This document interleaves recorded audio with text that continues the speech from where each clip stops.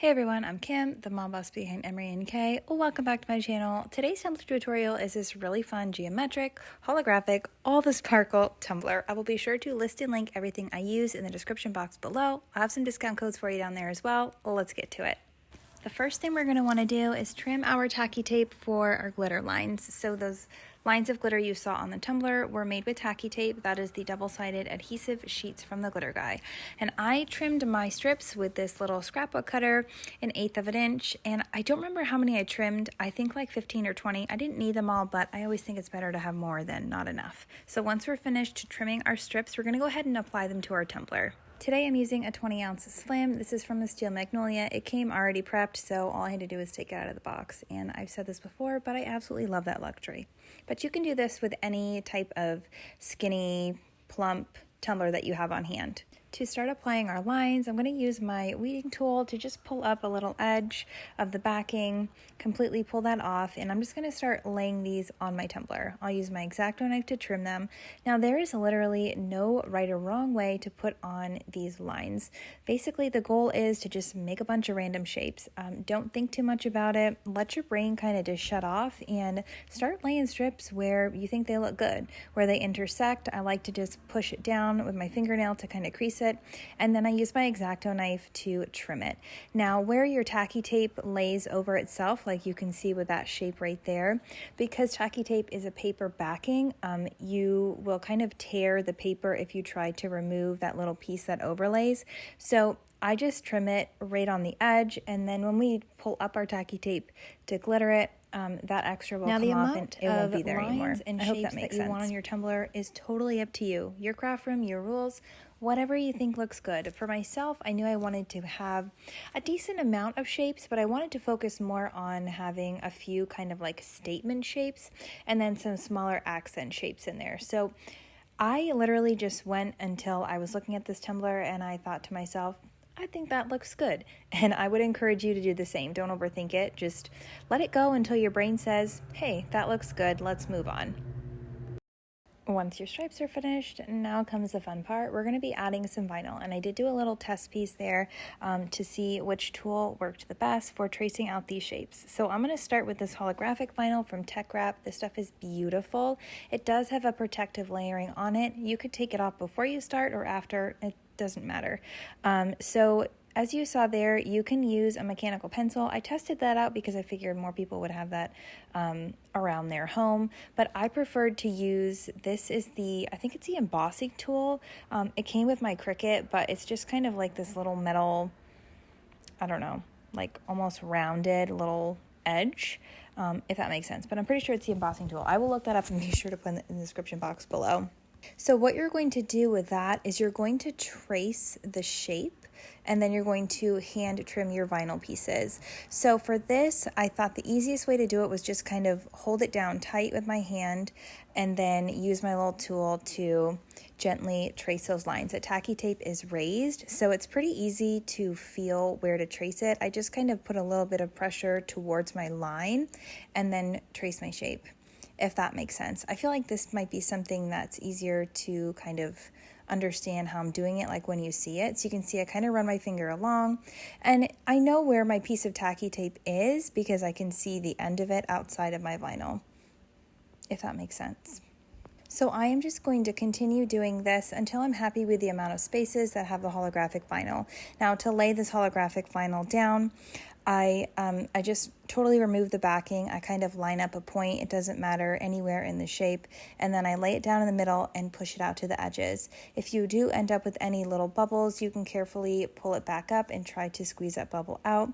You can also use your weeding tool to gently poke it, or I had one piece that had quite a large bubble in it, so I just ripped it off and used it as a template and cut a new piece and put it on because I didn't want to deal with the bubble. So up around this top edge, you can see here I'm kind of pulling it up to reposition it. If you need to trim it more, you can. Up around that top edge, I'm going to just use my X-Acto knife to trim. It doesn't need to be perfect because after a few coats of epoxy, we will go in with a Dremel to clean up our rim and make it perfect. But I'm just going to continue kind of doing this. Now, after I'm happy with the amount of holographic shapes, I'm going to move to this amazing holographic printed vinyl. It is brand new from the glitter guy, and I cannot get enough of it.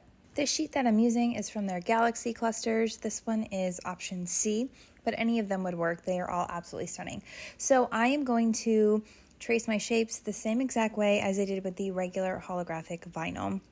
One thing I did notice about this printed holographic vinyl that I was really impressed with and I really liked was that if I needed to pull it up because I got like a little wrinkle or a bubble, it really doesn't stretch at all like regular printed vinyl does. And I really like that because it made this process go incredibly smooth. So like I said, I'm going to continue just putting these shapes on. And again, I'm not really going in with a plan. I'm just kind of thinking, oh, I think I could use some here. I could use some there. The thing I loved about this printed holographic vinyl is that there are so many different colors, and some places have more color or more holographic. And so I just really played around with it and added pieces where I thought they would look pretty, which I think is the whole reason behind doing art, right? We just want to make things look pretty. So don't overthink it, just throw them on there. If you have little gaps between your vinyl and the edges of your tacky tape, don't worry about it. You can carefully trim the extra like I am here. But if you have a gap, like you cut your vinyl a little bit too small, we're going to add pinstripes, and those are going to hide every imperfection that we have. So don't stress too much about it. Just have fun with the process. After I finished some spaces with this printed holographic vinyl, I did add a third vinyl. It is a Rainbow Geo holographic vinyl from TeckWrap. I will list that down below as well. I didn't film it because my phone died, and I have no chill and I like instant gratification, and I really wanted to get this done. But the process for applying that third vinyl is literally exactly the same as what I did with the other two. Once your vinyl pieces are all laid on and you're happy with your tumbler, you can move on to glitter. So for glitter, we're going to be using Sparcoal. This is from the glitter guy. And to apply it, we're just going to remove the paper backing on our strips of tacky tape. And the biggest thing with this is to just be careful. Each of them, of course, as you're pulling off the pieces, it's an edge. So just be careful you don't accidentally pull your tacky tape up with your backing. If you have any little extra pieces that are overlapping, go ahead and grab your X-Acto knife. You can trim those right away. If any of your vinyl comes up a little bit, like along the edges when you pull your tacky tape backing, just push that down with your finger, and then once you removed all the backing, go ahead and sprinkle on your glitter. And then once you glitter, you're going to want to go ahead and do a coat or two of your Rust-Oleum 2x clear gloss sealer so that your glitter doesn't move at all when you epoxy. I ended up having to do 2 coats of epoxy over this until it was smooth enough for pinstripes. You might be able to do 1, it just depends. Once your epoxy is fully cured, you'll be ready to move on to pinstripes. I did have a few done on this tumbler already. I did them in a live that I was doing in the glitter guide to show people how to do pinstripes, but that's fine. I'm going to show you guys how to do the rest here. So I cut my pinstripes 11.5 by 0.07. 11.5 is the longest my Cricut will cut, and I always like to cut them longer so I can do long strips. And then I do 0.07 or 0.05, just kind of depends on my mood. I don't really have a rhyme or reason for it. It's just kind of what I go with. So when I apply my pinstripes, I like to kind of roll my tumbler and let my vinyl just lay on it where it may. I like to hold it close to the end as opposed to super close to where I'm laying it, because I find that way it just lays straighter and I worry less about like trying to be perfect with it. And when I have my fingers too close to my pinstripes, they get kind of wavy and wonky. So this is just what works for me. Now, as far as the like intersections here, you can choose to trim those or you can leave those solid. I chose to trim mine. I trimmed a few as I was going, but then I decided after that I would just go back when I was done laying all the pinstripes and trim all the intersections. Just it made more sense to do it that way. So I'm going to go ahead and continue laying all my pinstripes until I've gotten each stripe done. Then, like I said, I will trim those intersections. Once my pinstripes were finished, I went ahead and put a coat of epoxy on my tumbler. Once that was cured, I'm going to tape around that very bottom rim and we're going to paint that black. So I prefer to use electrical tape because I like that it stretches and it's really easy to apply, I think. So I'm just doing a straight line right across the bottom, just kind of going right along that vinyl. I find on these slims they have almost like a little ridge at the bottom, and so I'm just following that. So I'm going to go ahead and put my tape on.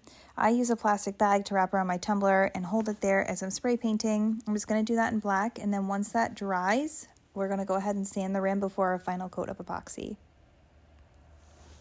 To sand the rim, I like to use a Dremel. You can use a sanding block too, either will work. So I like to set mine between like a 6 and an 8, and I'm just going to go around the rim. I always do it twice, just hold my Dremel at an angle, and I'm just working my way slowly around. This just helps to even out all of my vinyl and my pinstripes. It also helps expose a thin line of stainless steel at the top of my tumbler, so my final coat of epoxy gets a really good adhesion. And if you've seen my other tutorials, you know that I love to add mica powder to the final coat of my tumblers. On this one, I added ultra white mica powder, and it came out so sparkly and beautiful. Thank you so much for watching. I hope you found this tutorial helpful, maybe a little bit inspirational. If you did, I would love a thumbs up on my video. If you want to see more tutorials in the future, please go ahead and subscribe to my channel. Until next time, happy crafting.